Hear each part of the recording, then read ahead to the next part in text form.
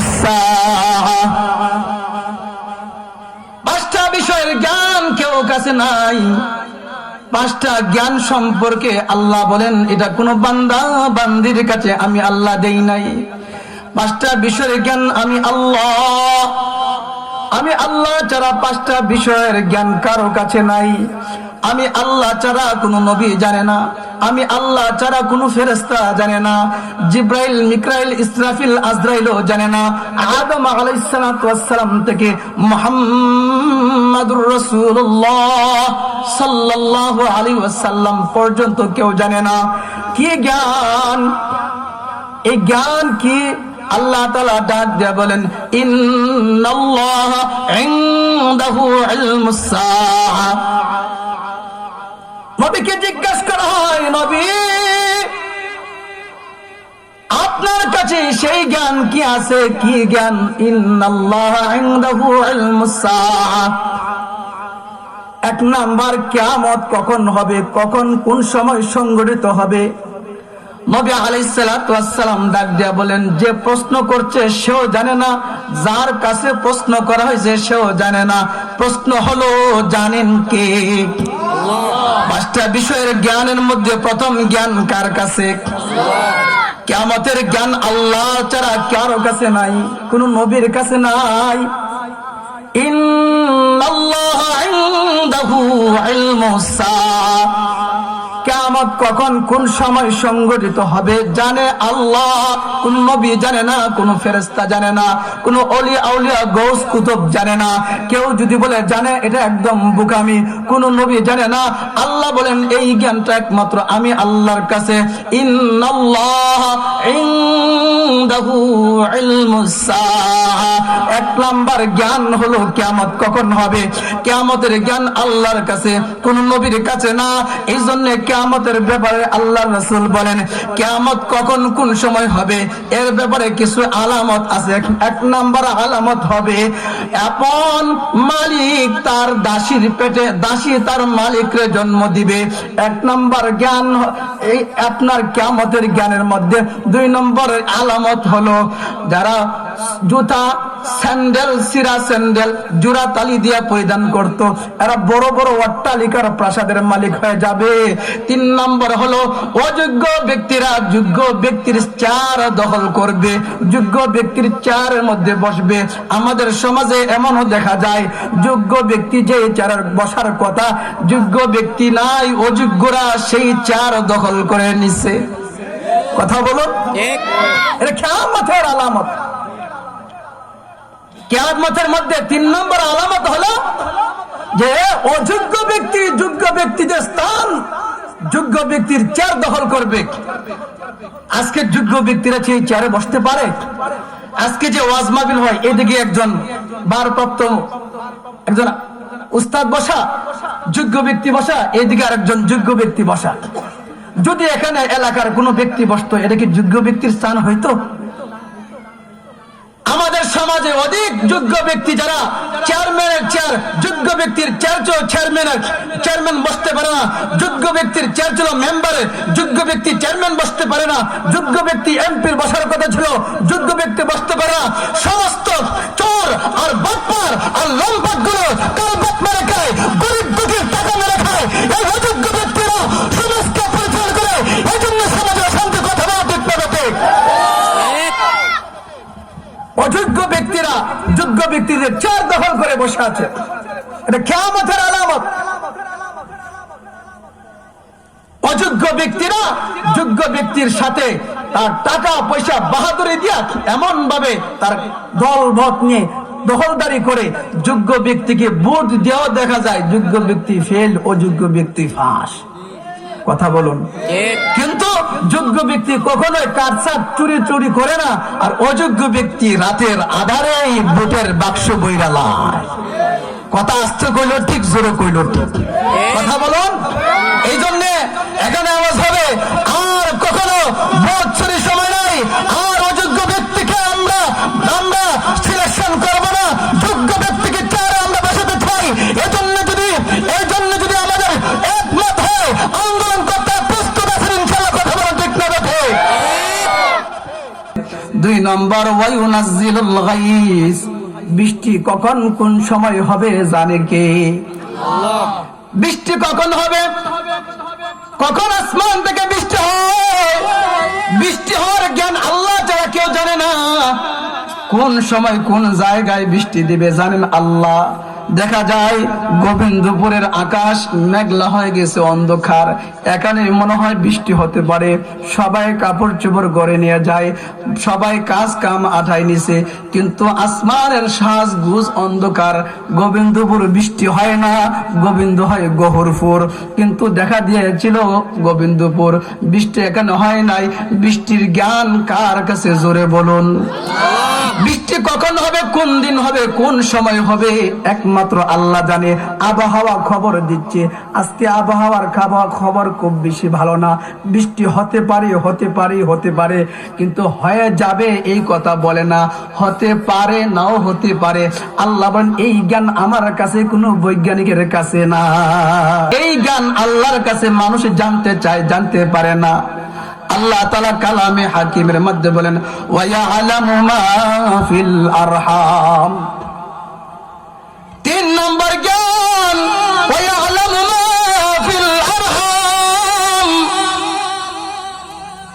একজন স্ত্রীর গর্ভের পেটের মধ্যে সন্তানিটা মেয়ে না ছেলে জানে কে? সুশ্রী না কুশ্রী, সুন্দর না কালো, সাদা না ধলা, কালো না সাদা জানে না। একজন ব্যক্তি যদি জানতো তার স্ত্রীর পেটের ভিতরে আল্লাহ যা দিছে সে জানে। কসম খোদার, একজন ব্যক্তি কোনদিন 7টা মেয়ে সন্তান জন্ম দিত না। দিত নাকি? আগে নষ্ট করত। আল্লাহ বলেন ওয়া ইয়ালামু মা ফিল আরহাম ওয়া ইয়ালামু মা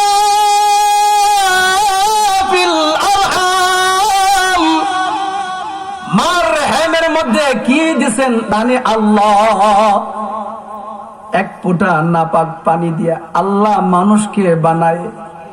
একজন পুরুষের বীর্য থেকে, শুক্রাণু থেকে, একজন মহিলার ডিম্বাণু থেকে, পুরুষের কাছ থেকে শুক্রাণু, নারীর কাছ থেকে ডিম্বাণু থেকে আল্লাহ একটা রক্তের টুকরা তৈরি করে।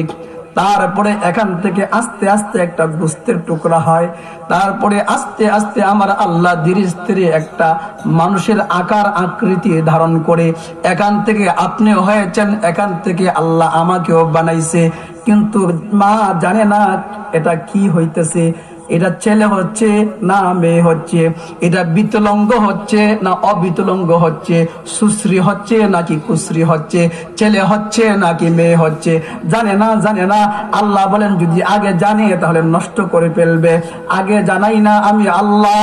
ওয়া ইয়ালামু মা ফিল আরহাম, মার রহিমের মধ্যে যা রাখছে জানেন কি? আল্লাহ। আল্লাহ বলেন ও মা, সন্তান নেওয়ার জন্য যখন প্রস্তুতি হয়ে যায়, মা গুলো তোমরা সাবধানে চলাফেরা করো। তোমার চোখটাকে বেগানা পুরুষ থেকে হেফাজত করো।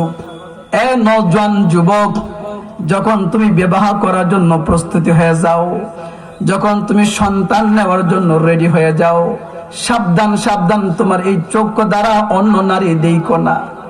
সাবধান ও নারী, তোমার চোখ দ্বারা বেগানা পুরুষ দেখো না। ওয়া ইয়ালামু মা ফিল আরহাম, এই চোখ দ্বারা যদি দেখো, ইয়ালামু মা ফিল আরহাম, রহিমের মধ্যে তোমার কিন্তু সন্তান আসতে পারে। তোমার চোখ দ্বারা তোমার রেহেম খারাপ হয়ে যায়। পুরুষ, তোমার চোখ দ্বারা তোমার বীর্য খারাপ হয়ে যায়। তুমি নামাজ পড়ো না, তোমার রক্ত দাও বেনামাজির রক্ত। মেয়ে নামাজ পড়ে না, এটা বেনামাজির রক্ত। মেয়ে পর্দা করে না, এটা বেপর্দা নারীর রক্ত। বেপর্দা নারী থেকে বেপর্দা সন্তান তৈরি হয়, বেনামাজি ছেলে থেকে বেনামাজি সন্তান তৈরি হয়। এজন্য যুবক, তোমার চোখটাকে হেফাজত করতে হবে। যখন তুমি সন্তান নেওয়ার জন্য প্রস্তুত হয়ে যাও, আল্লাহর রাসূল হাদিস শরীফে ইরশাদ করেন, এই নওজোয়ান যুবক, তোমরা বিবাহের জন্য প্রস্তুত হয়েছো। এবার স্বামী স্ত্রী মিলনে গিয়া এখন যখন তোমরা সন্তান নিতে চাও, সন্তানটা নেওয়ার আগে তোমরা পাক সাফ হয়ে উযু করো। উযু করে স্বামী আর স্ত্রী একসাথে যায় নামাজে নামাজ পড়ো, আল্লাহকে ডাকো। স্বামী আর স্ত্রী দুজনে মিলে আল্লাহকে ডাকবে, আল্লাহ এবার আমরা দুজনে ঘর সংসার তৈরি করতে চাই। আল্লাহ বলেন হ্যাঁ তৈরি করো। আল্লাহ তাআলা কাছে কান্না করে চোখ ভরে কান্না করতেছে।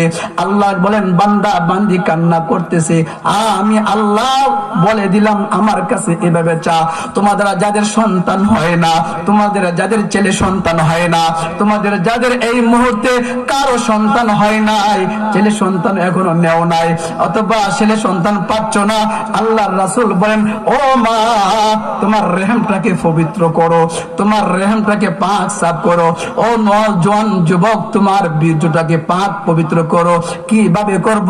বেগানা নারী আর দেখবো না, নামাজ আর ছাড়বো না, রক্ত পাক তো তোমার বীর্য পাক। নারী তোমার চোখ পাক, তোমার শরীর পাক, তোমার শরীরটাকে একমাত্র কিছু জায়গা ছাড়া আর কেউ দেখতে পারবে না। তোমার শরীরটাকে পাক সাফ করিয়া এবার দুইজনে মিলে মিলনে যাওয়ার আগে তোমরা দুইজনে মিলিয়া আমি আল্লাহর কাছে কও। কি কও? আল্লাহ বলেন আমার কাছে চা, সন্তান নিতে চাস আমার কাছে চা। আল্লাহ বলে দেয় তোমরা আমার কাছে হও, আমার কাছে দুইজনে মিলে চাও, রব্বি হাবলি মিনাস সালিহিন, রব্বি হাবলি মিনাস সালিহিন। আল্লাহর কাছে চাও, রব্বি লা তাযারনি ফারদান ওয়া আনতা খায়রুল ওয়ারিসিন, রব্বি লা তাযারনি ফারদান ওয়া আনতা খায়রুল ওয়ারিসিন। আল্লাহ তোমার কাছে চাই, আল্লাহর কাছে চাও। ও স্বামী আর স্ত্রী দুইজনের মধ্যে ঝগড়া লাগে, আজকে বাড়িতে যাইবা এই আমলটা করবা। স্বামী স্ত্রীর মধ্যে শুধু ঝগড়া আর ঝগড়া, মিল নাই অমিলের কাজ চলে, ঝগড়া চলতেছে, মারামারি চলতেছে। আজকে থেকে এখান থেকে একটা আমল বাড়িতে নিয়ে যান। সে আমলটা কি? স্বামী যদি তার স্ত্রীর দিকে তাকাইয়া 3 বার পড়ে, স্ত্রী যদি তার স্বামীর দিকে তাকাইয়া 3 বার পড়ে, আল্লাহ বলেন স্বামী স্ত্রীর মধ্যে মহব্বত আমি আল্লাহ বাড়াইয়া দেই। কিসে মোনাজাত, কিসে আমল? আল্লাহ তাআলা কালামে হাকিমের মধ্যে ডাক দিয়ে বলেন ও স্বামী তোমার স্ত্রীর দিকে তাকায়া কও, রব্বানা হাব লানা মিন আজওয়াজিনা ওয়া যুররিয়াতিনা কুররাতা আয়ুনি ওয়াজআলনা লিল মুত্তাকিনা ইমামা। রব্বানা হাব লানা মিন আজওয়াজিনা ওয়া যুররিয়াতিনা কুররাতা আয়ুনি ওয়াজআলনা লিল মুত্তাকিনা ইমামা। আয় আল্লাহ আমার স্ত্রীকে আমার চোখের শীতল বানাইয়া দেন, আয় আল্লাহ আমার সন্তানদেরকে আমার চোখের শীতল বানাইয়া দেন। আল্লাহর কাছে চাও, তোমাদের ঝগড়ার হবে না, মারামারি হবে না। আজকে থেকে এই আমলটা কেউ যদি প্রতিদিন একবার স্বামী স্ত্রী করে, আল্লাহ বলেন এই ঘরে কখনো অশান্তি তৈরি হতে পারে না। এই আমলটা করবো তো ইনশাআল্লাহ। এটা স্বামী আর স্ত্রী যা এখন আজকে গিয়ে বল হুজুরে কইছে এই আমল করলে অশান্তি হয় না। জিজ্ঞাসা করো আমাদের সমাজে অশান্তি বিরাজমান, স্বামী স্ত্রী কিছু হলে ঝগড়া হয়, মারামারি হয়, ইমাম সাহেবের কাছ থেকে তাবিজ আনে, পানি পড়া আনে, কাজ হয় না। আজকে আমি বলে দিলাম এই আমলটা বেশি করে করবেন। স্বামী আপনার স্ত্রীর দিকে একটু পানি পড়া দেন, রব্বানা হাব লানা মিন আজওয়াজিনা ওয়া যুররিয়াতিনা কুররাতা আয়ুনি ওয়াজআলনা লিল মুত্তাকিনা ইমামা। এই দোয়া করে আপনার স্ত্রীকে পানি